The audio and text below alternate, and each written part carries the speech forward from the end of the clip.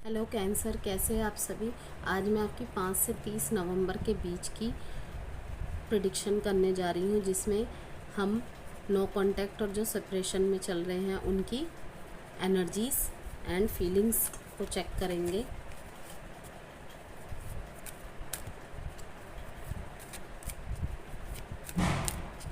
ध्यान में रखिएगा, रीडिंग्स जनरल होती है, ज़रूरी नहीं रीडिंग की सारी बातें आपसे रेजोनेट करें, इसीलिए उन्हीं बातों को रखिएगा जितना आपसे रेजोनेट करती है, बाकी को स्किप कर दीजिएगा। एंड रीडिंग कोई भी जेंडर स्पेसिफिक नहीं होती है, इसलिए हाथ ही पे फोकस नहीं करना है, अपनी सिचुएशन के बेस्ड पे और जो भी आप है उस बेस्ड पे आपको रीडिंग को वॉच करना होता है।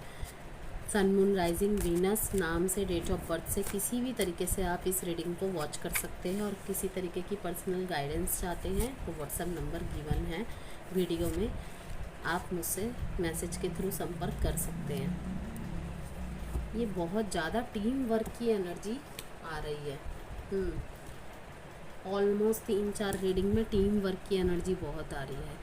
ये आजकल कनेक्शंस में आपसी तालमेल बिठा पाना ये बहुत ज़्यादा प्रॉब्लम, क्योंकि छोटी छोटी बात में वो एक सेल्फ रिस्पेक्ट का जो चलन चल रहा है ना कहीं वो सेल्फ रिस्पेक्ट कब सेल्फिशनेस में बदल जाता है हमें खुद समझ नहीं आता। एनीवेज, देखते हैं क्या एनर्जी है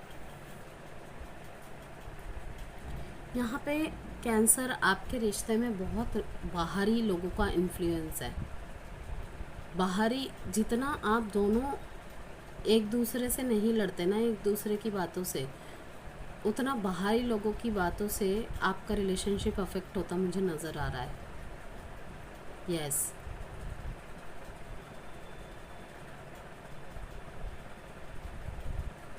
आप इस टाइम पे बहुत ज़्यादा करियर फोकस्ड है। आप, आपके पार्टनर, कोई भी रोल कभी भी रिवर्स हो सकते हैं।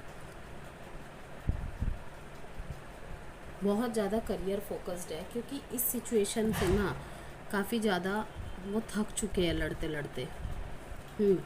लेकिन वो अभी भी लड़ रहे हैं, अभी भी लड़ने के लिए रेडी है। काफ़ी ज़्यादा कंपटीशन है, कॉन्फ्लिक्ट्स है। ओके, लेकिन वो आपके साथ रिश्ते में आगे बढ़ना चाहते हैं और मेहनत करना चाहते हैं। और वो ज़रूरी नहीं है कि आपके सामने ये चीज़ें करें, लेकिन कहीं ना कहीं डीप डाउन वो मेहनत कर रहे हैं बहुत ज़्यादा और आगे भी करना चाहते हैं, क्योंकि आपके साथ रहने से उनको लाइफ में बहुत ज़्यादा अबंडेंस मिलती है। कहीं ना कहीं अगर ये काम करियर में भी फोकस्ड है ना, तो समझते हैं कि ये जो इनके अंदर इंस्पिरेशन आता है ना अपने काम में आगे बढ़ने के लिए और वेल्थ को अट्रैक्ट करने के लिए, ठीक है, वो सब कुछ आपकी वजह से आता है। मे बी आप इन्हें बहुत ज़्यादा मोटिवेट करते हो और यही रीज़न है कि ये निरंतर प्रयास करते रहते हैं। इनका काम के प्रति पैशन, इस रिश्ते के प्रति पैशन कभी कम नहीं होता है। लेकिन यहाँ पे कोई एक चीज़ रिपीट हो रही है, एक ही पैटर्न से चीज़ को हैंडल किया जा रहा है। और कहीं यही रीज़न है कि ये जो 5 ऑफ वॉन्ड्स की एनर्जी आई है, इसको ख़त्म नहीं करा जा रहा है। मतलब ये होता होगा कि कुछ समय तक आपके रिश्ते में सब कुछ सही रहता होगा, फिर से कोई ना कोई बाहरी इंसान आके इन्वॉल्व हो जाता होगा, फिर से आप दोनों के बीच में नो कांटेक्ट या सेपरेशन जैसी स्थिति बन जाती है कि चलो कुछ दिन के लिए बातचीत करना बंद कर देते हैं, ठीक है, जब सही हो जाएगा फिर बात करेंगे। फिर थोड़े टाइम बाद फिर ठीक होता है, फिर देन अगेन। तो इसका कोई सोल्यूशन तो निकालना पड़ेगा ना, इसीलिए करियर पे ज़्यादा इन्वॉल्व हो रहे हो और सोच विचार कर रहे हो कि यहाँ पे कैसे क्या किया जाए।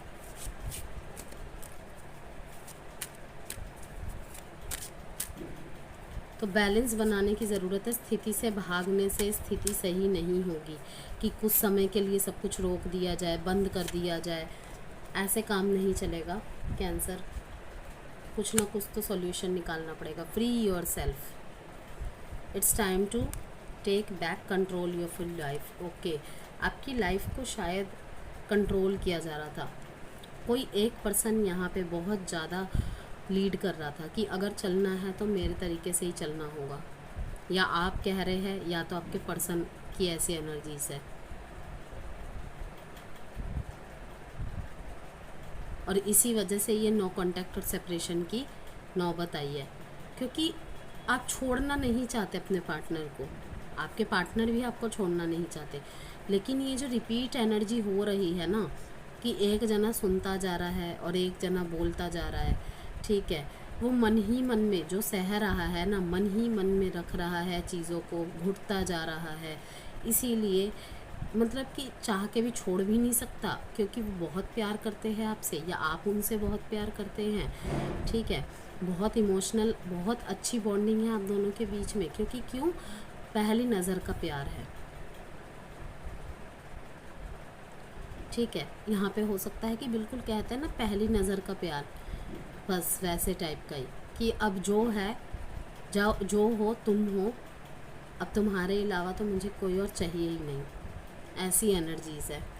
तो यहाँ पे कहा जा रहा है कि फ्री योर सेल्फ, अपने आप की सेल्फ इंडिपेंडेंस जो होती है ना, उस एनर्जी से आपको नहीं मतलब कोई कॉम्प्रोमाइज़ करना, कि अगर आपको इस रिश्ते को बचाए रखने के लिए अपनी सेल्फ इंडिपेंडेंस, कोई बात नहीं, मैं उसकी मर्ज़ी से ही चल लूँगा, मैं उसकी मर्ज़ी से ही चल लूँगी, तो आपको कहा जा रहा नहीं करना है ऐसे।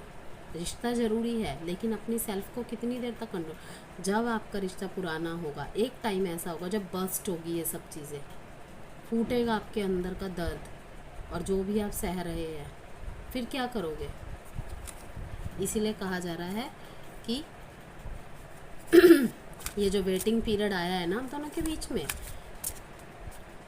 जो वेट करा रहा था, जिसकी बात नहीं सुनी जा रही थी, उसकी तरफ जजमेंट होगा, कि कैसा जजमेंट होगा कि उसके सामने वाला पार्टनर उसकी वर्थ को समझ जाएगा ये वेटिंग पीरियड में,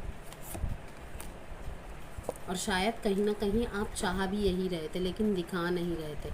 अनफिनिश्ड बिजनेस, ये मत सोचिए कि आपके साथ इनका रिश्ता ख़त्म हो जाएगा, अगर बहुत वर्स्ट कंडीशन भी हो गई है ना, तो कुछ तो बाकी है, मे बी क्लोजर मिलना बाकी है, ऐसा हो सकता है कि क्लोजर मिल जाए आपको, ठीक है, कि सब सही हो जाए और आपका फिर से रीयूनियन हो जाए।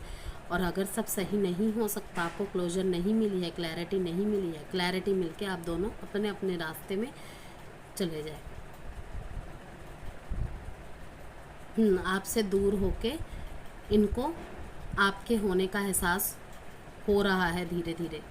Escape, I left when things got hard, yes, देखा जब भी परिस्थिति मुश्किल होती है ना, अनफेवरेबल होती है, तो आप दोनों में से कोई भाग जाता है सब कुछ सोच के कि कोई नहीं, थोड़ा सा गैप लेते हैं, ब्रेक लेते हैं, फिर वापसी करेंगे, लेकिन सामने वाले का क्या, जिसको आप क्लैरिटी और क्लोजर नहीं दे के गए, वो क्या वेट करता रहेगा, ये बहुत ही गलत बात है। और जो यहाँ पे एनर्जी आई है ना कि रिजॉल्व तभी होंगी चीज़ें जब आप दोनों मिलकर डिस्कस करेंगे कि प्रॉब्लम कहाँ है, रहना है साथ में, रहते हैं, वरना अच्छे नोट पे सेपरेट होते हैं, दैट्स इट। अब देखेंगे कि यहाँ पे कुछ एक्शन होगी या नहीं 5 से 30 नवंबर के बीच में। 8, 10, 1, 5 डेट इम्पॉर्टेंट है, वर्गो एंड लियो, और कैप्रिकॉन की भी एनर्जी है यहाँ पे। कोई एक्शन होगी या नहीं देखेंगे।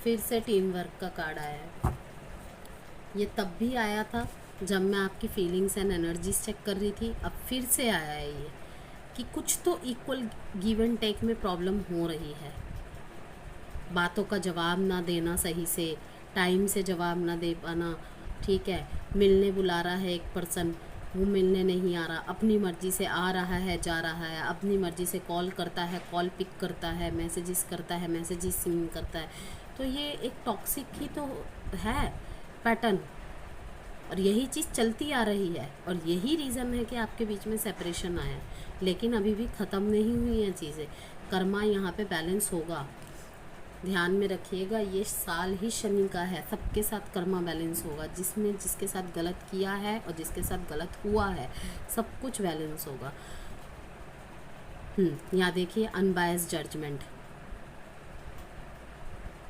इंडिपेंडेंट, क्लियर बाउंड्रीज, कहा जा रहा है कि बिल्कुल क्लियर बाउंड्रीज सेट कर देनी है आपको, जब भी आपकी बातचीत हो आपको खुल के अपनी बातें बोलनी है कि हाँ मुझे तुम्हारी ये बातें पसंद नहीं है, तुम ऐसा करते हो, क्यों करते हो, ठीक है, तुम्हें ब्रेक चाहिए होता है मुझे बता के जाया करो, तुम्हें थोड़ा गैप चाहिए होता है बता के जाया करो, ऐसे मत जाया करो। लेकिन यहाँ पे इनकी बहुत ही ज़्यादा इमेच्योर एनर्जी देख पा रही हूँ मैं, क्योंकि शायद आप किसी अपने से यंग पर्सन से डील कर रहे हैं। ओके, या यहाँ पे आपके किस बच्चों की इन्वॉल्वमेंट भी हो सकती है। लेकिन बहुत जल्दी या आपको कोई हैप्पी सरप्राइज़ देंगे। समय लगेगा थोड़ा सा कैंसर, लेकिन चीज़ें आपके हक में घूमेंगी।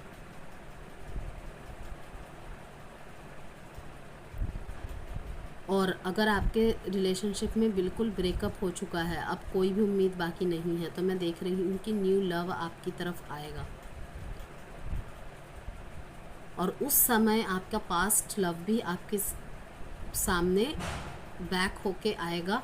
लेकिन कहा जा रहा है कि जब तक जजमेंट आपके फेवर में ना हो कि आप उसके पास चले गए इसको छोड़ के, न्यू लव को छोड़ के, ऐसे नहीं करना है, क्योंकि फिर से आप भी वही पैटर्न कर देंगे जो आपके साथ हुआ है।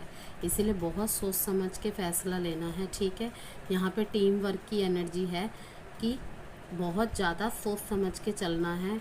जिसके साथ भी जजमेंट नहीं हुआ है, गलत हुआ है, बहुत जल्दी उसके बाद जजमेंट होगा। उनके पार्टनर करेंगे या यूनिवर्स ही कोई ऐसा चक्र चलाएगा आप दोनों के बीच में कि गलती का एहसास ज़रूर होगा। लेकिन उससे पहले आपको समझना होगा कि आपने इन सब चीज़ों से क्या सीखा।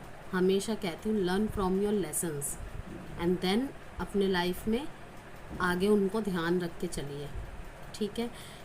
Libra, Gemini, Aquarius, Taurus, Virgo, Capricorn, Cancer, Pisces, Scorpio.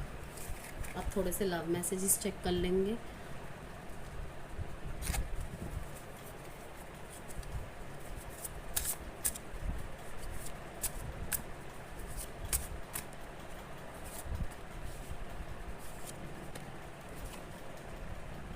किसी चीज़ का प्रॉमिस नहीं कर सकते ये आपसे, क्योंकि स्थितियों से भागने की आदत बन चुकी है।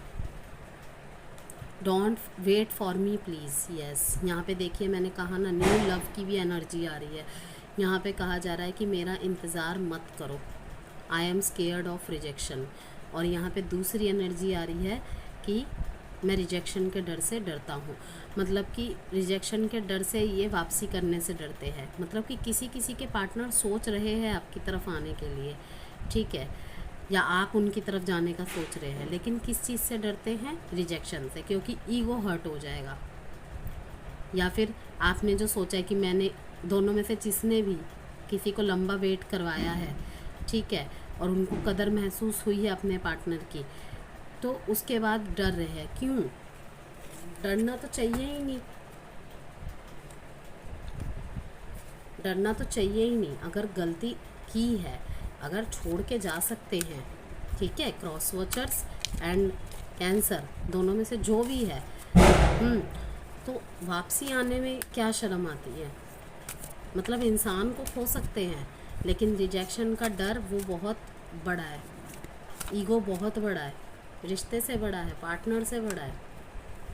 इन द नियर फ्यूचर बहुत जल्दी कुछ आने वाला है। नो की आंसर आए यहाँ पे। अगर आप किसी चीज़ का हाँ या ना में जवाब चाह रहे थे, नो का जवाब आया है। और इन द नियर फ्यूचर बहुत ही जल्द आपको आपके सवालों के जवाब मिल जाएंगे और आपके पार्टनर आपकी तरफ एक्शन लेंगे। लेकिन जो मैंने सलाह आपको दी है उस चीज़ का ध्यान में रखिएगा। वीडियो पसंद आई हो तो please like and subscribe my channel and video.